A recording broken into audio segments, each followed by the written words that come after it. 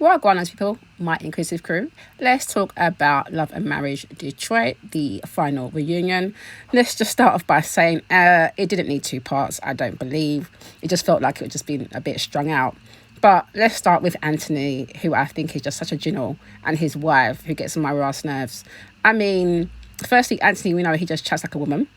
And her, Latoya, just comes across as very condescending and rude at times. I'm just like, what is with the attitude? And all now, she still hasn't answered Christina's question about not liking her and referring to her as manipulative. You know, it's clear, as Carlos even mentioned, they have no direct issue at all. My point is that I just feel like she's too in our people's business and she's picking up people's argument that has nothing to do with her and then throwing her degree around. You know, please, there are a lot of us out here that have degrees, but we don't throw it around and in our friends' faces to make a point. You know, and then you also mentioned that you heard stuff about Christina from other people. So I'm like, you and your husband are both chatty patties. And at this point, you know, I have big question marks over both of you. I'm not particularly a fan of either of them at this point.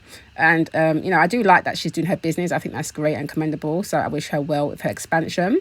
But I do think she needs to watch the show and just see how she comes across, because it is not giving. It really isn't. And as for Anthony, you know, I still don't know what you do properly. You know, it sounds like he comes from some generational wealth, which is good for him. But that doesn't mean you can go around looking down on people and throwing shade at people. And then you've got this whole man's movement explanation, which still had me confused. Because I'm thinking, maybe you should work on your elevator pitch for your man's movement instead of staying in people's business. That might be a good thing for you to do. And Carlos did mention that they've been friends for over 20 years, Anthony and Brandon. I just thought, well, it's very catty and very disrespectful, particularly from Anthony's perspective. So, yeah, I'm side-eyeing him and the wife.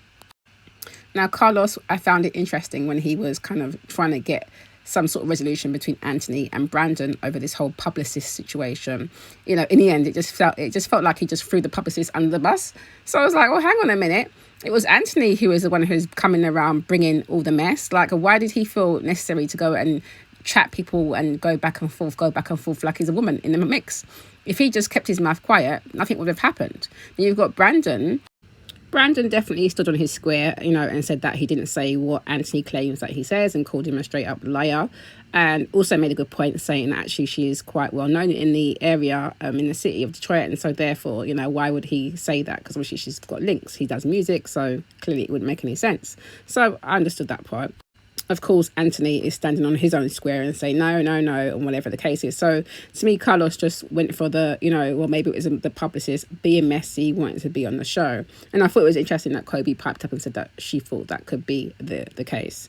I don't know. What do you guys think? I still think that Anthony is still at the bottom of this. And had he kept his mouth closed, then there wouldn't have been any of this in the damn first place. Because honestly, what did he get out of it? Besides just causing a whole heap of mix-up and maybe wanting to keep his publicist to himself. I don't get it. It just seems like really unnecessary foolishness.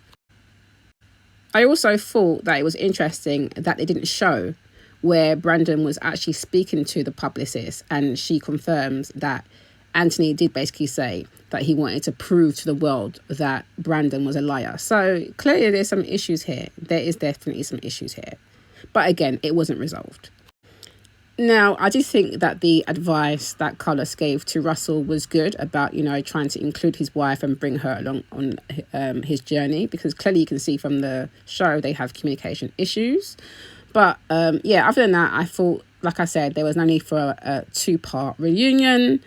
We could have just done that in one quite easily. I wish them well. I know that they announced that Colby's pregnant now, so congratulations to her. And so, you know, Russell got his wish on that one for sure, because we know he was pushing for that. So congrats to them both.